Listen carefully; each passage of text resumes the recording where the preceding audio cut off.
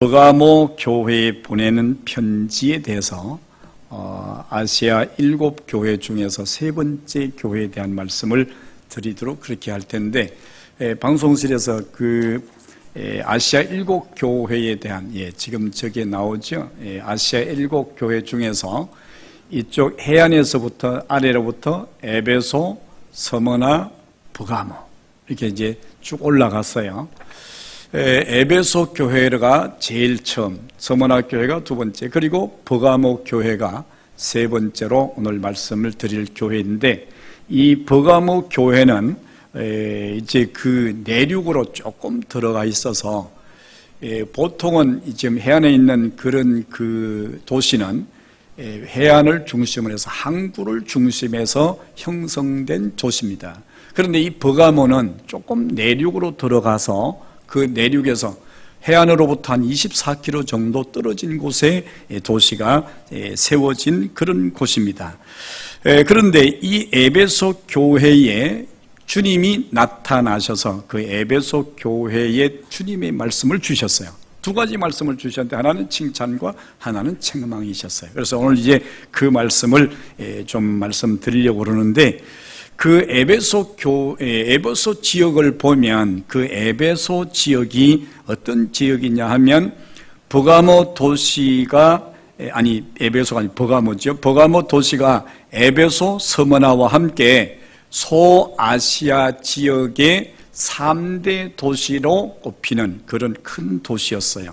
그렇게 하고 그 도시는 오랜 역사적 전통을 자랑하고 있는 그런 도시였고, 그리고 그 도시는 로마 정부로부터 자발적 충성의 도시라 해서 그 버가모 도시를 400년부터 한 400년 동안을 그 도시의 그 수도를 가지게 해서, 수도가 되게 해서 아시아 지역의 수도로서 그런 면모를 가지게 됐다.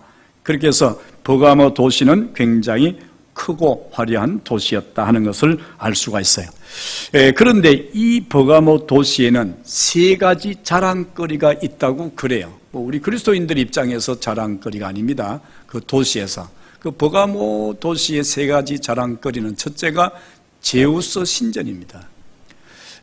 이제 그 밑에 보면 이제 그 신전이 나올 텐데, 그리고 둘째는 아스클레피온이라고 하는, 요게 이제 제우스 신전. 한 번 더 좀 넘겨주세요. 한 번만 더 지나가게. 요게 이제 제우스 신전인데, 이 신전이 아주 굉장히 큰 신전이었습니다. 지금 다 무너지고 돌기둥만 남아있는데, 그리고 그 밑에를 한 번 더 봐주시면 좋겠어요. 여기가 방금 드린 대로 아스클레피온이라고 하는 그 병원으로 들어가는 그런 지역입니다. 그래서 여기 보면 그 당시에 세계에서 가장 큰 병원이 그곳에 있었다고 그렇게 합니다. 그래서 주전 400년부터 주 400년까지 소아시아 지역에서 가장 병 잘 고치는 병원으로 소문난 그런 병원이었기 때문에 외국에도 많은 사람들이 외국에서 그렇게 왔다고 그렇게 합니다. 그런데 이 아스클레피온이라고 하는 그 병원에는 의사들이 치료만 하는 것이 아니라 치료의 신을 모시고 있었어요. 그게 뭐냐 하면 그 형상이 바로 뱀이었습니다. 그래서 뱀의 형상을 가지고 그들이 치료의 신이라고 믿고 그렇게 있었던 것을 보게 됩니다. 세 번째는 도서관이 있었는데요. 그 도서관이 어마어마한 도서관이라 가지고 그 장서만 해도 20만 권에 해당되는 그런 많은 그 도서를 소장하고 있었다고 그럽니다. 어떤 도시를 보면 그 도시에서 굉장히 도서관이 잘 돼 있는데도 불구하고 실질적으로 장서가 그렇게 많지 않은 지역들이 많이 있었어요. 그런데 이곳에는 아주 그 도서를 많이 소장해 놓고 있는 것을 보면, 이 지역이, 버가모 지역이 지식적 수준도 굉장한 도시였고, 또 사람들에게 그 교육을 하려고 하는 열의가 굉장히 뜨거웠던 지역이었음을 우리가 짐작해 볼 수가 있어요. 이렇게 해서 그 지역, 버가모 지역에는 제우스 신전, 아스클레피온이라고 하는 병원, 고대 병원, 그리고 도서관이 있었는데, 이 세 가지는 정말로 자랑할 만한 그런 것이었다고 말을 하고 있습니다. 그러면서 이 외에도 그 지역에는 많은 그 사람들이 가서 볼 수 있는 볼거리들이 많이 있습니다.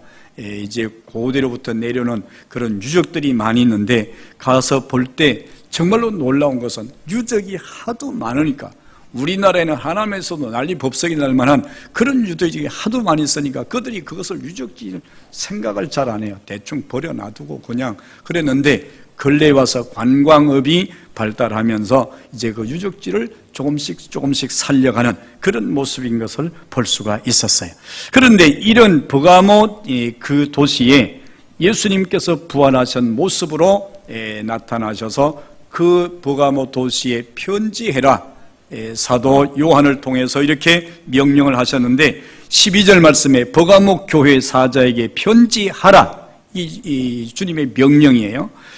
좌우에 날선 금을 가지시니가 이르시되, 이렇게 서두를 열고 있습니다. 그래서 부활의 주님이 이 버가모 교회에 나타나신 모습이 있는데, 그 모습이 뭐냐 하면 날선 금, 좌우에 날선 금을 가지신 모습으로 그 버가모 교회에 나타나신다는 거예요. 그러니까 예수님께서 아시아 7교회에 나타난 모습이 다 달라요. 그런데 버가모 교회는 좌우에 날선 금을 가지신 이로 그렇게 나타나셨다, 그런 말씀입니다.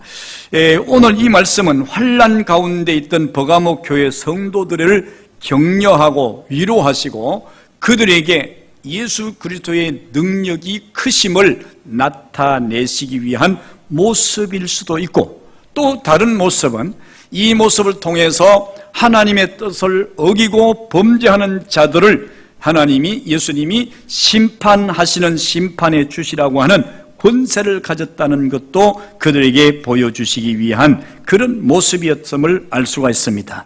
13절을 보면 내가 어디에 사는지를 내가 아노니 거기는 사단의 권자가 있는 데라. 네가 내 이름을 굳게 잡아서 내 충성된 증인 안디바가 너희 가운데 곧 사단이 사는 곳에서 죽임을 당할 때에도 나를 믿는 믿음을 저버리지 아니하였도다 하는 말씀이셨습니다. 이것은 버가모 교회에 주시는 주님의 칭찬의 말씀이셨어요.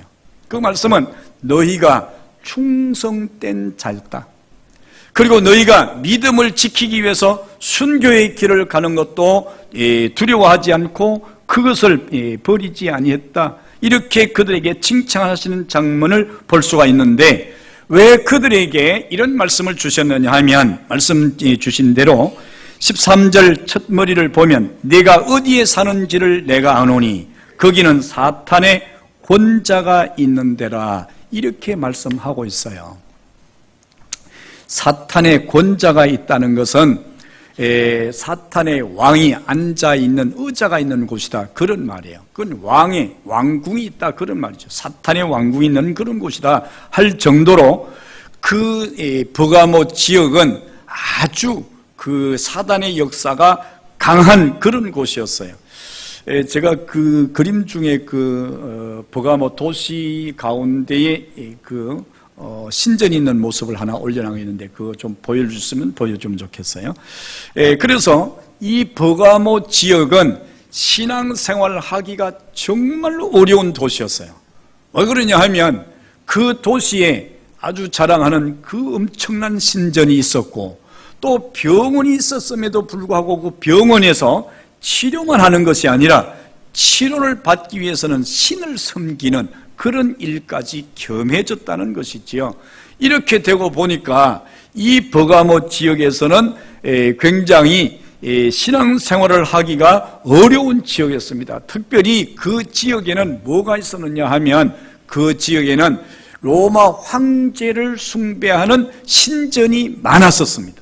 그러고 보니까 로마 황제를 숭배하지 아니하면 앞서에 있었던 서문학 교회에서도 그랬듯이 이 지역에도 마찬가지로 그 지역에서 생활하려고 하게 되면 틀림없이 황제를 숭배하는 그런 일을 해야만 했었습니다. 그러고 보니까 신앙생활 하기가 엄청나게 힘들고 어려웠더라, 그런 말씀입니다. 그래서 내가 어디서 사는지를 내가 안다.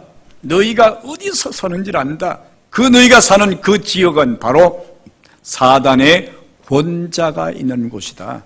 사단의 왕이 그 위에 머물러 있는 그런 곳이라고 표현할 만큼 거기에 신앙생활 하기가 어려운 그런 지역이었다, 이렇게 말하고 있습니다. 그러면서 내가 내 이름을 굳게 잡아서 내 충성된 증인 안디바가 너희 가운데 곧 사탄이 사는 곳에서 죽임을 당할 때에도 나를 믿는 믿음을 저버리지 아니하였다, 칭찬의 말씀이죠.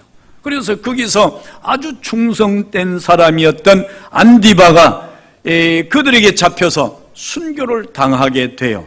그런데 이 안디바라는 사람은 성경에서 뭐 어떤 사람이라고 그에 대해서 언급하고 있지 않아서 잘 알 수는 없지만은, 그러나 전해지는 그 전설에 의하면 안디바는 신앙이 너무너무 좋은 사람이고 아주 충성스러운 그런 사람이었다는 겁니다. 그런데 그 안디바가 그 신앙적인 대표로서 그 열심을 하니까 사람들이 이를 잡아서 죽이면 그 주변에 있는 사람들은 저절로 하나님을 멀리하지 않겠는가, 이렇게 해서 그를 잡아다가 노쇠로 만든 큰 소철, 우리 부엌에 주방에 가게 되면 국솥이 큰 게 있어요. 아주 이만한 국솥인데 그것보다도 훨씬 더 큰 그런 그 노쇠 그 솥을 만들어 가지고 그거를 밑에다가 벌겋게 달게 했습니다. 불을 지펴가지고. 그러고는 그 솥 안에다가 그냥 안디바를 던져 넣었던 거지요. 그러니 뭐 그 안에 들어가면 그 벌겋게 달은 그 노쇠 솥이 사람이나 뭐 들어가면 뭐 그냥 지지직하고 다 태워버리는 거지요. 그렇게 하고 안디바가 거기서 순교를 당했다는 겁니다. 그런데 그가 그렇게 순교를 당할 때, 안디바가 순교를 당할 때 그가 이제 하나도 괴로워하거나 그렇지 않았다는 거예요. 그런데 이제 그가 원래 직업이 뭐였었느냐 하면 아주 재능 있는 석공이었다는 거예요. 그래서 그가 이제 하나님의 교회를 질 때도 아주 봉사를 많이 하고 그러는데, 황제를 숭배하는 그런 이제 신전을 짓게 되는데, 소문을 듣고 그 사람이 잘한다는 걸 데려왔어요. 데려와서 내가 여기서 이 신전을 짓는데 일을 해라, 이렇게 했습니다. 그가 신앙이 좋고 믿음이 좋은 사람이 그가 이 신전을 건축하는 데 가서 그거를 돌을 다듬고 있겠습니까? 너는 못합니다. 저는 하나님을 위해서 일하지 이 우상을 만드는 그 일에 제가 제 재능을 드릴 수가 없습니다. 이렇게 거절을 했던 거지요. 그랬더니 그들이 그러면 너를 죽이겠다 그랬습니다. 저는 죽어도 좋습니다. 저는 하나님을 위한 것 외에는 할 수가 없습니다. 그래서 그는 그 노쇠 가마에다가 던져 넣어서 그렇게 타서 순교를 당하는 그런 자리에 들어갔다는 거지요. 그런데 이제 이렇게 할 때 그 모습을 성도들이 다 지켜보는 거예요. 야, 이 사람이 신앙이 좋은데 저렇게 지금 순교를 하는 거야. 저 사람 죽었어. 그럴 때 사람들이 우리도 저렇게 붙잡혀갈 수 있고 우리도 저렇게 죽을 수 있어. 그건 두려움이 아니었겠어요? 그런데 그럴 때 그들이 전혀 두려워하지 않았다는 겁니다. 그래서 오늘 성경 말씀에 보니까 그러나 내가 너에게 네가 어디서 사는지 내가 아노니 거기는 사탄의 권자가 있는 데라 네가 내 이름을 굳게 잡아서 내 충성된 증인 안디바가 너희 가운데 곧 사탄에 사는 곳에서 죽임을 당할 때에도 주님을 당하는 것을, 죽임을 당하는 것을 눈으로 보면서도 그 이야기를 다 전해드렸으면서도 너희가 너희 믿음을 버리지 아니했다. 이것이 예수님께서 버가모 교회에 주신 축복과 칭찬의 말씀이었어요. 사람들은 자기에게 불이익이 온다고 생각하면 예수 그리스도를 아주 미련 없이 버리는 그런 경우들이 있어요. 우리가 사는 시대도 그랬고 우리가 살기 이전의 시대도 그랬고 우리가 살지 못할 이후의 시대에도 그런 일들이 있을 거라는 거지요. 그래서 마지막 때는 불법이 성행하고 사랑이 식고 배신이 많이 일어날 것이다. 그랬어요. 배신이 많이 일어날 거라는 거예요. 예수 그리스도의 이름을 배반하는 사람들을 가리키는 것입니다. 이런 일들이 마지막 시대에 많이 일어날 것을 예언하고 있습니다. 그런데 이 버가모 교회는 그러한 사실을 눈으로 목격한 자도 있고 귀로 들은 자도 있습니다. 그런데 그런 상황 가운데서도 그들은 믿음을 저버리지 아니하였다고 말하고 있습니다. 여러분들의 신앙은, 여러분들의 믿음, 여러분들이 주님을 사랑하는 그 모습은 어떤 모습일는지 한번 살펴볼 필요가 있다고 생각이 됩니다. 여러분들이 살아가다가 여러분들 생활 속에 어려움에 부딪힐 때, 여러분들이 신앙생활 하기가 힘든 일이 생겨날 때, 이럴 때 여러분들은 어떤 마음을 가집니까? 오늘 버가모 교회 성도들처럼 그 중에서 한 사람이 붙잡혀가서 예수 믿는 것 때문에 죽임을 당했지만 그들은 두려워하지 아니하고 오히려 더 열심히 기도하고 더 부지런히 하나님을 섬기는 믿음의 소유자가 되었다. 이 얼마나 아름다운 일입니까? 여러분들의 마음속에 가진 믿음이 이러한 믿음이 되시기를 주님의 이름으로 축원합니다. 우리의 신앙은 이런 신앙이 될 때 그 신앙을 참 신앙이라 그렇게 말합니다. 하나님의 백성들 중에도요 참 백성이 있다는 거예요. 그러니까 그 말은 거짓된 백성도 있다는 얘기 아니겠습니까? 믿음도 마찬가지예요. 살아있는 믿음이 있는가 하면 죽어있는 믿음이 있습니다. 우리의 믿음을 통해서 우리를 영생시키는 믿음도 있지만 그 믿음이 우리의 생명을 전혀 살리지 못하는 죽어있는 믿음도 있다는 그런 얘기입니다. 오늘 여러분들은 버가모 교회 성도들의 믿음을 보면서 그들이 가진 믿음이 어떤 믿음인지를 여러분들이 아마 판단하실 줄로 압니다. 여러분의 삶에도 이와 같은 믿음이 여러분의 믿음이 되시기를 주님의 이름으로 축원합니다. 살아가면서 우리의 삶에는 어떤 일이 일어나려는지는 잘 알 수가 없어요. 오늘 또 이런 말씀 들으니까 야 이거 예수 믿다가 내가 또 순교 당하라 하면 어떡하지? 이렇게 하고 걱정하는 이도 있을는지 모르겠습니다. 저도 그런 걱정을 한때는 했던 사람 중에 한 사람입니다.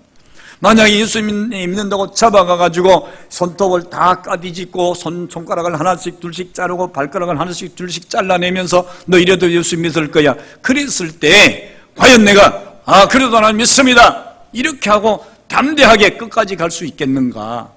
그 고통을 잘 견디고 참아낼 수 있겠는가? 그런 것 때문에 염려하고 근심을 했는데요, 가만히 사도행전을 읽어보니까 서대반 집사를 사람들이 일심으로 달려들어서 돌을 들어서 그에게 마치 소나기처럼 퍼부어서 그가 돌에 맞아 죽는데 그의 표정이 일그러지고 그에게서 비명이 나고 그래야 되는데 그렇지 않냐고 그의 얼굴이 천사처럼 빛났다는 거예요. 그것은 그가 순교를 당하지만 그 순교 당하는 것을 성령께서 돕고 계시다는 이야기잖아요. 그래서 순교라는 것은 우리가 당하지만 순교를 당할 수 있도록 성령께서 지켜주시고 도와주시는구나 하는 것을 알게 됐어요. 그 다음부터는 두려움이 없어져 버렸어요. 왜? 내가 어떤 어려움을 당해도 성령께서 나를 견딜 수 있도록 해주실 것을 믿기 때문입니다. 할렐루야. 그러나 염려하지 마십시오. 순교는 하나님이 수를 정해놓고 그 숫자 외에는 누구도 순교할 수 있도록 하지 않는다는 거지요. 그래서 우리가 가만히 생각해 보면 우리 시대에 순교당할 만한 일이 있을까 하는 생각을 할 수 있기 때문에, 물론 사람은 알 수 없지만, 그러나 그러게 보면 여러분들은 순교 때문에 밤잠을 설치는 그런 일이 없었으면 좋겠어요. 왜냐하면 하나님은 이 시대에 우리에게 가장 좋은 신앙생활을 할 수 있는 그런 환경을 허락해 주셨기 때문에 그렇습니다. 오늘 아침에 기도하면서요, 감격이 막 솟아나는 거예요. 하나님이 어떻게 우리에게 이런 은혜를 주셔서 지난 한 주간에도 잘 지나오게 하시고 또 우리에게 평안을 주셔서 우리가 하나님 잘 섬기고 믿음을 저버리지 아니하고 우리가 이렇게 생활할 수 있던 건 너무 감사하다. 오늘 아침에는 그 감사가 막 속에서 막 이렇게 막 솟구쳐 올라오는 것을 경험을 했습니다. 오늘 여러분들에게도 이런 감사가 넘치는 삶이 되시기를 주님의 이름으로 축원합니다. 그렇게 해서 버가모 교회는 어떤 교회느냐? 예수님께서 나타나셨는데 양손에 그 손에 양날선 금을 가지고 그들에게 나타나셔서 그들에게 하신 말씀이 네가 사는 곳이 어떤 곳인지를 안다. 사단의 위가 있는 곳이다. 사단의 권자가 있는 곳이다. 이렇게 하시면서 그래서 너희 신앙생활을 하기가 어려워서 그 한 사람이 그렇게 순교를 하는 그 일도 있었는데 너희가 그런 것을 목격하면서도 너희가 두려워하거나 염려해서 하나님을 떠나거나 배반하는 그런 일이 없는 것을 내가 알고 있다. 그래서 내가 너희들에게 그 믿음을 칭찬한다. 오늘 우리 예수님께서 주신 버가모 교회의 칭찬의 말씀이셨지요. 오늘 여러분들의 신앙과 믿음이 우리 주님께로부터 이와 같은 칭찬을 받는 그런 삶이 되시기를 주님의 이름으로 축원합니다. 오래전에 샘물교회, 서울에 있는 샘물교회에서 단기 선교팀이 아프가니스탄을 방문했잖아요. 그런데 그때 갔다가 탈레반에게 그들이 붙잡혀가지고 온갖 데 다 끌려다니고 그냥 죽인다는 위협을 수도 없이 받았어요. 그렇게 하다가 결국은 배영규 목사님하고 한 젊은 청년이 한 사람이 순교를 당했어요. 그런데 그들이 그렇게 하고 이제 여러 가지 정부의 이제 노력이나 여러 가지를 통해서 하나님의 은혜로 통해서 이제 그들이 무사히 기부를 했어요. 나머지 사람들은. 그런데 그들이 돌아와서 그들이 하는 간증을 들어보면 그때 죽임을 당하던 그 배형규 목사님과 그리고 그 한 젊은 청년이 그 죽음 앞에서 당당했다는 모습이에요. 두려워서 벌벌 떨거나 막 살려주세요 막 이렇게 하는 것이 아니고 아주 담대하게 평안한 모습으로 그렇게 순교의 길을 갔다 하는 얘기를 그들이 하는 것을 들어본 적이 있습니다.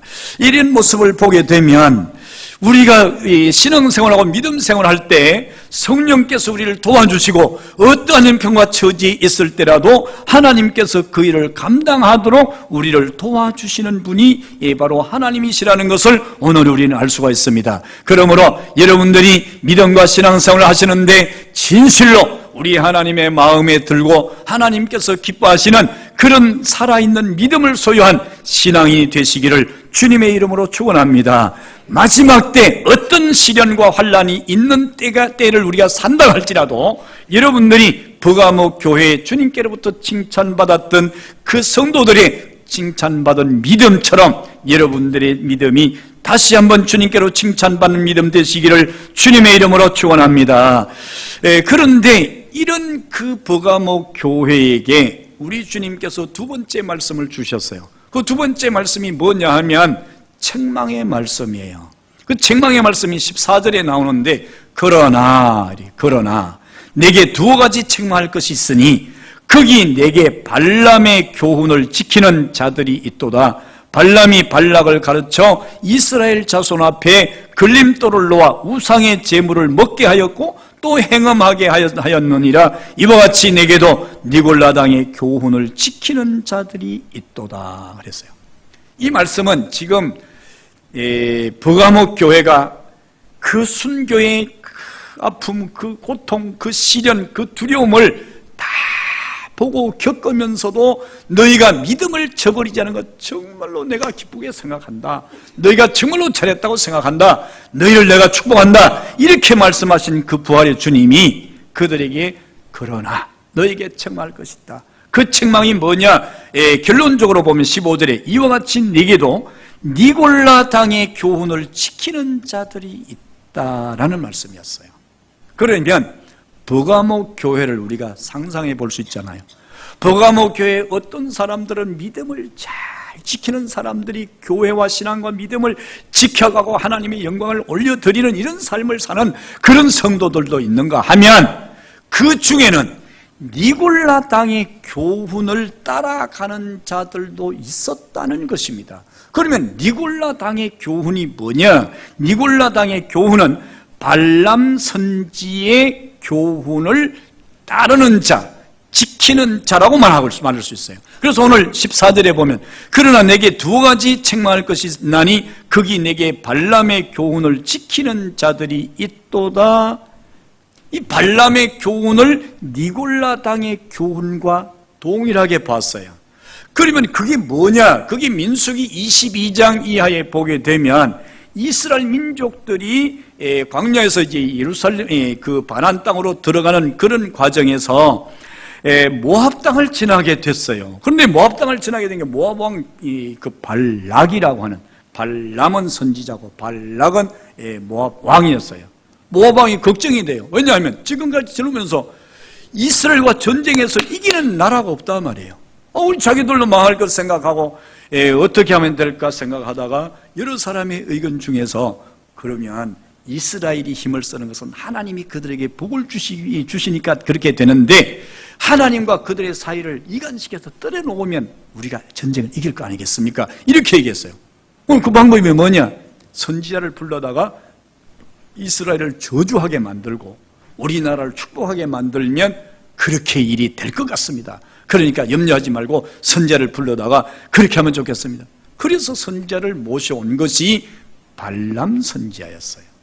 그래서 그 발람 선지자를 따라서 돈을 많이 주고 높은 지위를 주고 첫 번째는 거절했지만 두 번째 다시 오게 해서 했는데 결국은 축복을 하고 저주를 받아내지 못했어요. 그래서 그가 막 불같이 화를 냈지만 그 후에 그 발람 선지자가 발락 왕에게 팁을 하나 줍니다. 당신들이 제사, 이방신을 섬기는 제사를 할 때 음식을 많이 해놓고 우리 이스라엘 사람 젊은이들을 초청을 해라. 그럼 거기서 그들이 우상의 제물을 먹고 그 제사에 우리가 예배 드리면 순서가 있잖아요. 우리 찬양대 임예송을 시작해가지고 마지막 축도하고 마지막 송룡으로 예배를 마치는 것처럼. 그런데 그런 순서 중에 그 순서가 제사를 지나가면 음식을 나누는데 그 전부 다 우상의 제물이잖아요. 그걸 먹게 하고 그 다음에 그게 참여하면 마지막 그 순서로 뭐가 있느냐 하면 남녀가 서로 불의를 행하는 그런 그 순서가 있단 말이에요. 이방 이 신을 섬기는 자들의 제사법을 보면 다 그런 게 있어요. 그래서 이스라엘 사람들이 가나안 땅에서 들어가가지고 몰렉이라든지 몰렉은 자녀를 불에 태우는 그런 일이었지만 그 외에도 다른 신들을 섬기는 거 보면 전부 그 마지막에 그런 순서가 있었어요. 그 이스라엘 사람들이 그런 삶에 빠져들기가 쉬웠지요. 그래서 그 발람 선지자가 발락 왕에게 그거를 제안하고 자기 갔어요. 그래서 그 방법을 사용했어요. 그 방법에 이스라엘 남자들이 다 넘어간 거예요. 그래서 그때 하나님이 진노하셔가지고 연병을 그 이스라엘 민족에게 보내요. 그래서 하루 만에 죽은 사람이 24,000명이 죽었어요. 연병으로. 근데 그것도 그냥 그친 것이 아니에요. 불의를 행하는 자를 창으로 찔러서 죽이는 그 순간에 하나님의 진노가 멈추게 돼서 그만했어요. 안 그러면 이스라엘 민족 광야에서 다 망할 수도 있었어요. 이렇게 발람의 교훈은 뭐냐 하면 우상의 제물을 먹고 엄란한 삶을 살게 하라 하는 것이었어요. 그런데 이 버가모 지역에도 그런 일이 있었단 말이죠. 그러면 그때는 이방 그것도 아닌데 무슨 그런 일이 있겠느냐? 물론 그들에게 이방 신전도 있고 많이 있었기 때문에 가능할 수는 있었는데 그런 것이 아니고 그 교회 안에 들어와 있는 오늘 그 마지막 부분에 보게 되면 니골라의 그 교훈입니다. 그래서 내게도 니골라 당의 교훈을 지키는 자들이 있도다 이렇게 말씀하고 있습니다. 니골라 당에 대한 이야기는 여러분들이 많이 들어서 아마 아시는 분들이 많을 거예요. 그것이 뭐냐 하면 우리가 하나님을 믿으면 영적으로 잘 믿기 때문에 하나님과 영적 교제가 이루어지면 우리는 하나님의 아들이 한 번 되면 절대로 하나님은 버리지 않는다. 그러니 육은 죽으면 땅에 들어가 썩어서 없어질 것이니까 우리 육신으로 어떤 행위를 해도 우리는 괜찮다. 그래서 우리 신앙을 이원화시키는 거죠. 영적으로는 하나님을 열심히 잘 섬기고 그러나 육신의 생활에는 자기 하고 싶은 대로 다 해라. 여러분 이렇게 하니까 이게 신앙생활 하기가 얼마나 쉽고 재미있겠어요. 교회 나와서 예배 드리고 나가서 온갖 것 자기 하고 싶은 거 다 하는 거 아니겠어요? 근데 그게 그렇게 되겠습니까? 기독교에 열심히 신앙생활을 하다가 어떤 사람이 캐톨릭으로 가는 사람이 있어요. 그 당신 왜 캐톨릭으로 갑니까? 그러니까 그들이 하는 대답이 그런 대답이에요. 아이고 거기 있으니까요 우리 친척들 때문에 들살에 못 있겠습니다. 그 무슨 말입니까? 아니 명절만 되면 제사 때만 되면 그냥 집안들하고 말이지 늘 불화하고 말이지 이것 때문에 내가 견딜 수가 없습니다. 그런데 캐톨릭에 가니까 말이지 제사 지내는 거 막 지 마음대로 하고 싶으면 하고 말고 싶으면 말고 그런데 그거 얼마나 좋습니까? 그거 하니까 말이지 이 주일날 막 이 행사할 때는 보면 마당에다가 막 소주병을 이만큼 맥주병을 싸놓고 말이지 실컷 먹고 마시고 말이지 하고 싶은 대로 다 하는데 말이지 그거 얼마나 쉽습니까? 여러분들 가만히 생각해 얼마나 쉽습니까? 그런데 예수 믿으면요 술도 마시지 마라 담배도 피지 마라 주일을 성수해라 제사도 지내지 마라 우상 숭배다 그렇게 하니까 예수 믿기가 너무 어려운 거예요. 그런데 버가모 지역에 그런 일이 있었단 말이죠. 야 와서 예수 열심히 믿고 하나님 잘 섬기고 난 뒤에 바깥에 나가서 육신적으로 해나가서 어떻게 해도 괜찮다? 그러니까 그들이 막 많은 사람들이 그쪽으로 넘어가는 거예요. 쉽게 넘어가는 거죠. 주일도 요즘에 주일이 자꾸 변형되어져서 주일 예배만 한 번 드리면 된다. 그래서 새벽 예배 드리든지 일부 예배 드리든지 아니면 2부 예배 드리든지 아니면 오후에 마지막 3부, 4부, 5부 예배 중에 하나를 택해 드리든지 이렇게 해가지고 요즘에 교회에서 오전 예배, 오후 예배, 오전 예배, 저녁 예배가 아니고 그냥 한 번의 예배 1부부터 2부부터 3부, 4부 쭉 7부, 8부까지 말이죠. 한 번만 예배 드리면 된다는 거예요. 이게 지금 우리 안식일, 주일이 변형되어가는 모습들입니다. 그러니까 우리가 하나님 앞에 안식일을 기억하여 그 날을 거룩하게 하라 그랬단 말이에요. 그런데 우리는 그렇게 하지 않고 그저 예배 참여하면 다 된다 이렇게 하고 막 예배 한번 참여하고 쓱 지나가 버리면 다 된 줄 생각한다. 우리가 살아가는 이 시대가 점점 바뀌어지고 있습니다. 그래서 사람들은 쉬운 쪽으로 찾아가려고 하고 있습니다. 여러분 쉽다고 다 옳은 것은 아닙니다. 쉬운 것이 다 우리에게 유익이 되는 것이 아니라는 것이죠. 그래서 예수님께서 버가모 교회에 나타나서 내가 너에게 책망할 것이 있다. 그것이 뭐냐?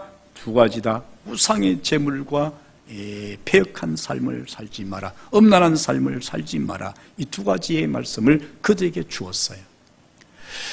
그들은 우상이라고 하는 것을 그저 만들어 놓은 형상에 가서 절을 하는 것을 우상으로 생각했어요. 그러나 성경은 그렇게 말씀하고 있지 않습니다. 창세기 22장 신약에 와서 예수님께서 우상의 개념을 다시 확실하게 더 말씀하셨지만 그러나 신약 오기 전에 구약에서 창세기 22장에 보게 되면 하나님께서 어느 날 아브라함을 찾아가셨어요. 아브라함아 네 아들 이삭 자리는 잘했습니다. 그를 내게 바쳐라. 어떻게 해요? 번제로 바쳐라. 목을 따고 피를 받고 각을 떠가지고 올려놓고 불을 태워서 드리려는 거예요. 이게 하나님이 하실 말씀입니까? 안 하실 말씀이잖아요. 사람이 할 일입니까? 못할 일이잖아요. 그런데 하나님께서 왜 시켰겠어요? 이유가 있었습니다. 그가 갈대아 우르에서 아브라함아 내가 내게 지시할 땅으로 가라. 친척 본토 아비 집을 떠나서 내가 지시할 땅으로 가라. 그럴 때 그가 아무 소리 안 하고 예! 그렇게 하고 일어나서 갔어요. 수백 년 동안 내려둔 고향을 떠나서 갔어요. 그렇게 순종하면서 가라 하면 가고 멈추라면 멈추고 일어나라면 일어나고 누라면 눕던 그 아브라함이 어느 날인가 하나님과 관계가 멀찍해지고 말았어요. 그 이유가 100살에 난 아들 이삭 때문이었다는 거죠. 그래서 하나님은 그 이삭을 하나님께서 아브라함을 불러서 내게 바쳐라. 번제물로 태워서 없애버려라. 그렇게 얘기했어요. 그 말씀을 듣는 순간에 아브라함이 하나님이 무엇을 말씀하시려고 하는지를 알았습니다. 아하, 내게 우상이 생겼구나. 하나님보다 더 사랑하는 것이 생겼구나. 그렇게 생각했어요. 그래서 성경 말씀에 마태복음 10장 37절에 아비나 어머니를 나보다 더 사랑하는 자는 내게 합당하지 아니하고 아들이나 딸을 나보다 더 사랑하는 자도 내게 합당하지 아니하니라. 이렇게 말씀하셨어요. 우상의 개념이 달라졌어요. 하나님보다 더 사랑하면 그것이 사람이든 물건이든 무엇이든 간에 그것은 다 우상이 된다는 거예요. 우상을 가까이 하고 우상을 가까이 하는 자는 하나님께서 그를 멸하실 수밖에 없어요. 하루에 24,000명이 죽는 하나님이 선택한 선민이라도 하나님이 징계하셨더라 그런 말이죠. 그럼 우리가 어떻게 살아야 되겠어요? 우상 가까이 하면 안 되잖아요. 하나님보다 더 사랑이 있으면 안 되잖아요. 여러분들은 여러분들의 사랑의 가장 구심점, 중간, 가장 핵심에 누가 있습니까? 하나님이 계셔야 될 줄 믿습니다. 할렐루야. 여러분들이 하나님보다 우선하는 게, 하나님을 제쳐놓고 우선하는 게 있으면 그것이 뭐냐? 우상이에요. 그 우상이 어떻게 되느냐? 우리를 망하게 한다 이 말이에요. 여러분, 그래서 우상을 섬겼다는 자들 치고 망하지 않는 사람들이 하나도 없습니다. 두 번째는 그들이 세상의 사랑을, 세상의 유혹을 멀리해라 이렇게 말씀하고 있습니다. 그것은 바로 뭐냐 하면 그들이 성적 타락이었습니다. 우상을 섬길 때는 반드시 이 과정이 있게 마련이에요.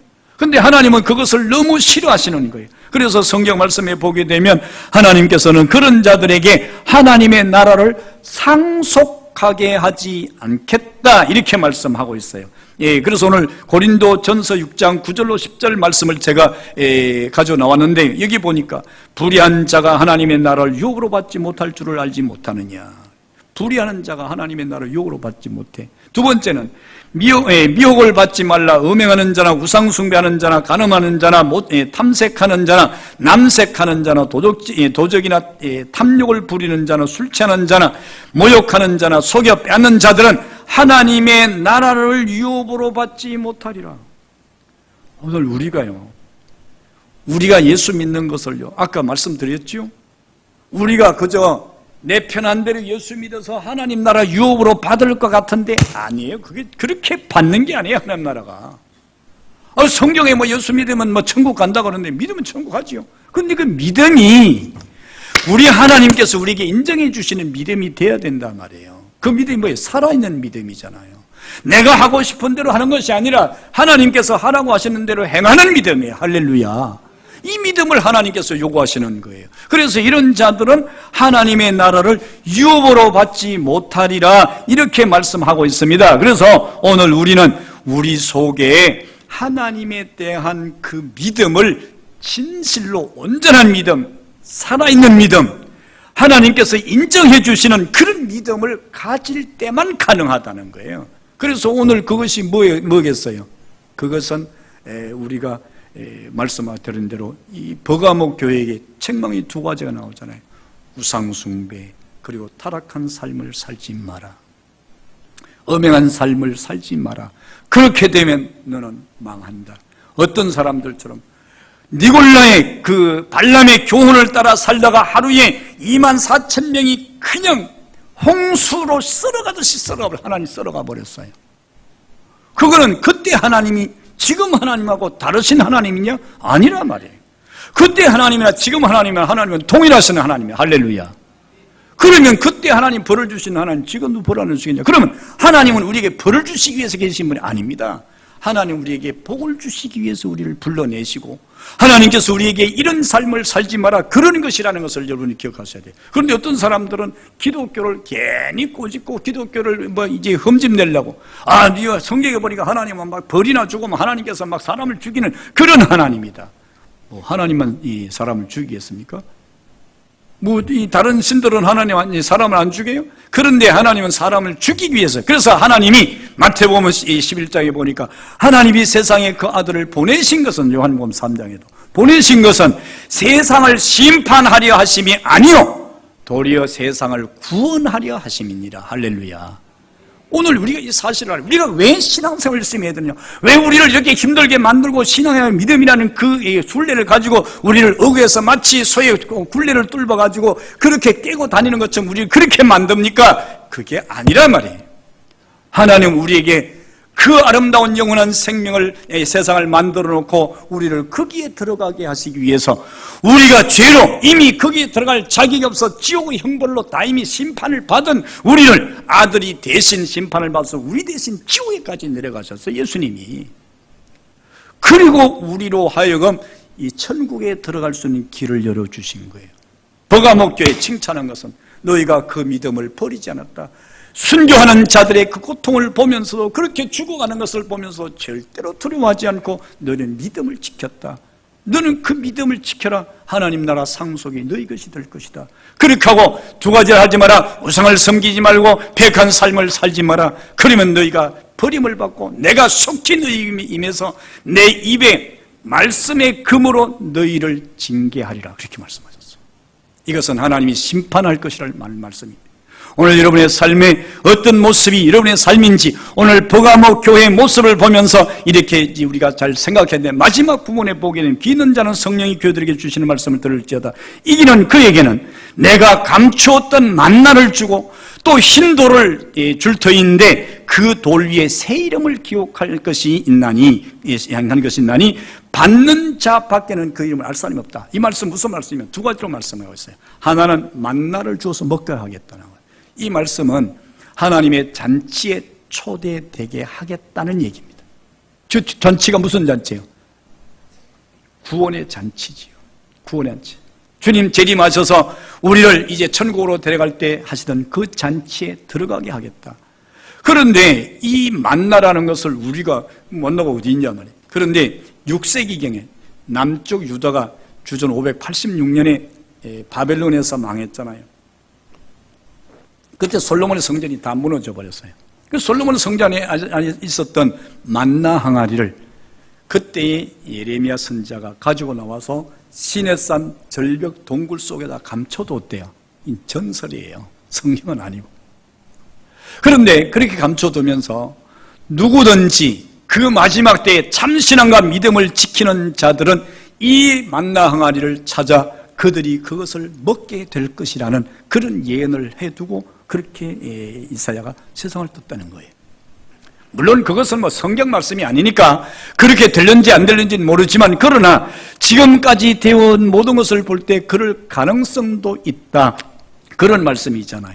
이렇게 해서 그 만나 항아리에 만나를 먹는 자가 주님의 잔치에 동참하게 될 것이다. 어떤 자? 이기는 자. 니올라당의 교훈을 이겨내고 우상 숭배를 이기고 세상의 패역한 삶을 벗어버리고 승리하는 자에게 주시는 하나님의 첫 번째 축복입니다. 두 번째 축복이 마지막으로 나타내는데 그게 뭐냐면 바로 그거였습니다. 그래서 이기는 그에게는 내가 흰 돌을 주겠다. 흰 돌. 흰 돌을 하나 주는데 그 돌을 받아보니까 거기 이름이 써 있습니다. 그게 자기 이름이야. 그런데 이 돌을 받는 자에는 그 이름이 누군지 몰라. 받는 자기만 알아. 그런데 이게 무엇을 뜻하느냐? 그런데 어떤 사람이 이런 얘기를 했어요. 그 고대에 이제 운동 경기를 하잖아요. 올림픽을 하게 되면, 지난번에도 보니까 우리 강원도에서 올림픽 할 때 보니까 비싼 건 수백만 원씩 하더라고요. 그 입장료가. 그런데 이 돌을 받은 자는, 승리한 그 우승한 자에게는 그에게 돌을 하나 줬는데 그 돌에다가 자기 이름을 써서 줬다는 거예요. 그걸 왜 주느냐 하면, 그걸 가지게 되면 어떤 경기, 올림픽이든지 아시안이든지 세계든지 올림픽에 어떤 경기든지 그걸 가지고 들어가면 그 사람은 그 무사 통과가 된다는 거예요. 근데 그것처럼 우리 예수님께서 이기는 자에게는 이 흰 돌을 준다는 거예요. 근데 그걸 미리 이름을 알면 아무데나 돌에 써가지고 다니면 안 되니까 받은 사람만 알도록 받는 사람이 쓴 이름을 준다는 거예요. 그러면 우리는 이 돌을 가지고 어떻게 하겠습니까? 이기는 자는 천국에 들어가는 특권과 거기에 들어가서 상을 얻게 되는 그 축복을 받게 된다. 그런 말씀이죠. 그래서 버가모 교회에게 주신 말씀이 바로 그거예요. 너희가 지금 너희 교회가 한쪽에는 충성을 잘하고 믿음을 잘 지켰는데 한쪽은 지금 그렇지 못하다 그 말이죠. 우리 교회도 보면 우리가 잘할 수는 없잖아요. 하나님 보시게 되면 그럴 거예요. 어떤 사람 믿음을 잘 지키는 사람도 있고 어떤 사람 믿음을 지키지 못하는 사람도 있을 거예요. 주님은 다 아시니까. 그런데 우리에게 주시는 말씀은 하나같이 이기는 자 되라 그 말이에요. 이기는 자 되라. 믿음을 지키는 자가 되라. 그러면 내가 네게 만나의 잔치에 참여하게, 만나를 먹게 하고, 두 번째는 흰돌을 주어서 내가 어디든지 들어가는, 천국에 들어가는 자격을 얻게 하고 너를 상 얻게 하겠다. 이 말씀이죠. 우리가 사는 이 시대는 어떻게 보면 우상 숭배가 아주 만연해 있습니다. 그리고 우리가 세상에 패역한 삶이 없는 곳이 없을 만큼 아주 그냥 홍수처럼 밀려오고 있습니다. 버가모 교회가 주님께로부터 받은 책망이 바로 이 시대에 우리가 그 선을 넘어가기가 어려운 그런 상태의 시대에 살고 있다는 거죠. 그래서 오늘 우리는 예수님께서 버가모교에 주신 말씀, 이기는 자에게는 내가 이같이 하리라, 그렇게 하시고 그 축복의 말씀이 내게 그대로 이루어지는 삶이 돼야 안 되겠습니까? 세상 사람들이 다 하는 대로 하고 세상 사람들이 가는 대로 가고 세상 사람들이 모이기를 피하는 자면 나도 모이기를 피하는 자의 자리로 걸어간다면 주님께서 우리를 칭찬하시는 것이 아니라 책망하실 거라는 거죠. 오늘 여러분들이 이 말씀을 들으시고 여러분들이 믿음과 신앙을 지켜서 주님께로부터 승리하고 칭찬 얻는 그런 삶이 되시기를 주님의 이름으로 축원합니다. 고마우신 아버지 감사합니다.